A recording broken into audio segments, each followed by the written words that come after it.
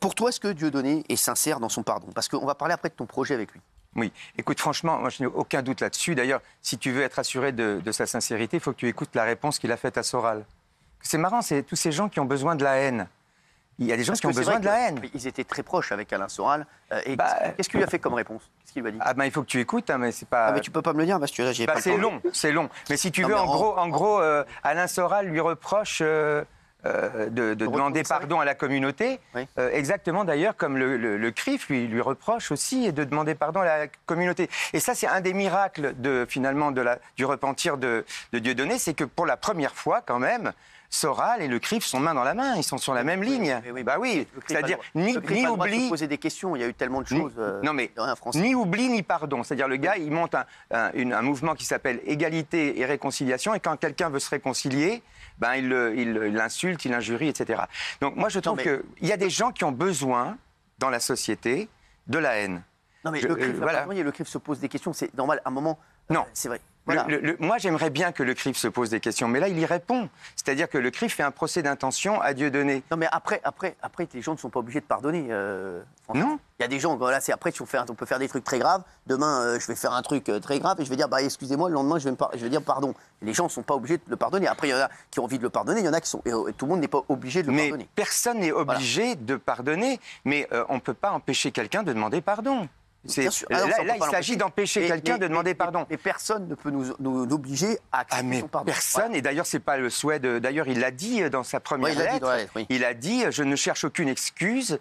Car nul n'en a lorsqu'il est conscient qu'il a offensé et qu'il a fait du tort à autrui. Alors, donc, ce n'est pas des excuses, Cyril, quand tu demandes pardon. Tu ne te cherches pas d'excuses. C'est-à-dire que tu soulages ta conscience. Tu soulages ta conscience parce que tu penses que tu as nui à autrui. Donc moi, je dis simplement que là, aujourd'hui, manifestement, au moment où Dieudonné fait un acte de repentir, il y a des gens qui lui font un procès d'intention parce que, très probablement, ils n'ont pas intérêt à ce que Dieudonné perde cette image erronée d'antisémite. Après, moi, sur ça, je me dis, les gens, c'est normal qu'ils ont été...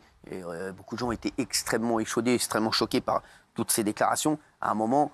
ils peuvent aussi avoir des doutes. Alors, pourquoi ce revirement de Dieudonné, François? Tu sais, alors c'est très marrant la manière dont ça s'est passé, parce que moi j'ai été un des plus virulents détracteurs de Dieudonné. J'ai dit des choses mais terribles sur lui, et d'ailleurs j'en ai même dit qui étaient contraires à mes valeurs, et moi-même je me suis choqué d'avoir dit ça. Et tu sais, moi, je me convoque tous les jours à mon propre tribunal, et quand j'ai fait quelque chose de pas bien, je me condamne, et la première chose que je fais, je vais voir la personne à qui j'ai fait du tort, et je lui demande pardon.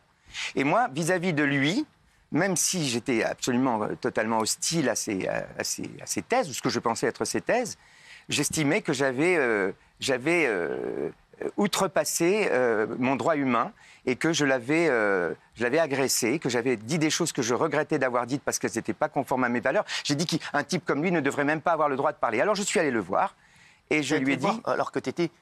extrêmement en colère contre lui. Ah ben oui. C'est toi qui as demandé d'aller le voir, Alors, et c'est moi qui ai demandé à mon amie Chloé Framery, dont je savais qu'elle était son amie, de me donner son numéro de téléphone, et je l'ai appelé. Et là, je lui ai dit, écoute, voilà, moi, j'exècre tout ce que tu es, tout ce que tu dis, tout ce que tu fais, mais je pense m'être mal comporté envers toi, avoir dit des choses que je regrette, et comme je pense qu'un être humain normal doit le faire, je te demande pardon d'avoir fait ça. Et là, à ce moment-là... C'est toi qui lui as demandé pardon? Oui, je lui ai demandé pardon. Ouais. Parce que je pense que j'étais allé trop loin dans ce que j'avais dit. Mais lui, je me suis jugé comme ça. Pardon? Il avait été très loin, lui. Oui, mais c'est pas une raison parce que quelqu'un fait quelque chose de mal pour faire la même chose. Oui, mais bon. Donc moi, c'est. T'as le droit de réagir avec toi aussi. J'ai le droit de réagir jusqu'à une certaine mesure. J'ai dit des choses. Moi, le combattant de la liberté d'expression, j'ai dit qu'il n'avait pas le droit de s'exprimer. Je regrette d'avoir dit ça. Il y a des choses. Il y a des choses sur lesquelles, à un moment, moi, je te rejoins. Il a été beaucoup trop loin. Ah oui, mais d'ailleurs, s'il s'excuse aujourd'hui, s'il demande pardon, c'est parce que lui-même juge qu'il est allé trop loin. Sinon, il ne demanderait pas pardon. Et donc, j'ai été beaucoup plus loin que toi dans tes paroles envers lui, je trouve. C'est pas, tu sais, c'est pas les Jeux Olympiques du mal dire, c'est pas les Jeux Olympiques de l'offense. Donc, alors, qu'est-ce qu'il t'a dit quand Donc, au moment où je lui demande pardon, il me dit, écoute, Francis, on est le jour de Pâques aujourd'hui. Est-ce que tu penses vraiment qu'un chrétien comme moi peut refuser ton pardon? Et là, je comprends qu'il est chrétien, parce que je ne pensais pas qu'il était chrétien. Je pensais que c'était un fondamentaliste qui se baladait avec une ceinture d'explosifs dans les banlieues pour appeler à la destruction de l'État d'Israël. Et en fait, c'est un chrétien militant comme moi, un chrétien pratiquant. Et il me dit, tu sais, quand tu as dit ces choses-là, ça m'a blessé profondément, pas simplement moi, mais ça m'a blessé pour toi, parce que je pense que tu t'es abaissé à dire ces choses, et il avait raison, il m'en a remis une deuxième, c'est pour ça que je lui demandais pardon. Et là, au moment où je vais partir, il me dit, est-ce que je peux te demander quelque chose? Je lui dis oui. Est-ce que moi aussi, je peux te demander pardon? Parce que je sais que je t'ai fait du tort, il m'a fait du tort à plusieurs moments, dans des dispositifs que j'avais mis en place, j'étais très en colère contre lui, il le savait. Et je lui dis, ben écoute, oui, j'accepte ton pardon, mais est-ce que tu pourrais aller plus loin? Je lui dis, est-ce que par exemple, tu pourrais demander pardon à tous les gens qui se sentent offensés par ce que tu as fait et dit, notamment dans la communauté juive? Il me dit, Francis, c'est mon vœu le plus cher, mais je n'arrive pas à trouver quelqu'un qui accepte de recevoir mon pardon. Et quand il m'a dit ça, tout d'un coup, moi, je me suis dit que c'était très important qu'il puisse le faire, et donc j'en ai fait une affaire personnelle, et je lui ai dit, tu ne connais pas cette communauté, moi je la connais bien, je l'aime profondément, et il y a dans cette communauté des gens qui, bien sûr, ne sont pas d'accord pour recevoir ton pardon, mais il y en a beaucoup que tu as offensés, qui sont très touchés par ton message, de ta demande de pardon, parce qu'en plus, tu leur as nui de deux manières. Tu leur as nui parce que tu les as offensés, mais surtout, tu leur as nui parce que tu les as privés de leur comique préféré. Parce qu'il y a beaucoup de gens dans la communauté juive qui adoraient Dieudonné, et puis qui, quand il a commencé à dire ces choses-là, ont été aussi privés de leur comique préféré. Ça, c'est pas le premier truc auquel ils ont pensé. Ils ont déjà été très choqués. Non, mais bien évidemment. Mais si je peux me permettre, j'ai énormément d'amis juifs, et tu le sais. Pour toi, il est sincère. Mais ça fait pas l'ombre d'un doute. Et sinon, moi, je me... Tu n'aurais jamais fait un spectacle avec lui, sinon, parce que tu as fait un spectacle. Jamais. Si moi, je pensais à un moment qu'il y avait une once de... Qu'est-ce que tu penses des gens qui disent que vous faites un coup médiatique? Mais les gens disent ce qu'ils veulent. Moi, je te dis ce que je sens, ce que je sais. C'est ta perte qui a gagné. Ça, c'est sûr. En tout cas, en ce qui me concerne, c'est sûr. Et lui aussi, d'ailleurs, parce que lui, il n'a pas besoin de tout ça pour gagner sa vie et pour remplir les salles. Hein. Lui, il a un truc, il a mis en place un système économique parallèle. Qu'est-ce qu'a fait juste Francis qu'il a vrillé comme ça, qui s'est dit, aujourd'hui, j'ai envie qu'on me demande pardon. J'ai envie de demander pardon. De demander pardon, ouais.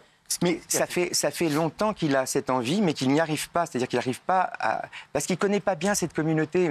Moi, je lui dis, il faut que je te présente des gens... Pourquoi il en est arrivé là, à faire des trucs comme ça? Écoute, ça c'est... Est-ce qu'il t'en a parlé de ça? Bien sûr. Mais ça, si tu veux, je me demande si c'est pas hors sujet. Parce que lui, effectivement, il a des circonstances atténuantes, parce qu'il a été embarqué, il le dit lui-même, il a eu des mauvais démons autour de lui. Il y a des circonstances atténuantes là-dessus.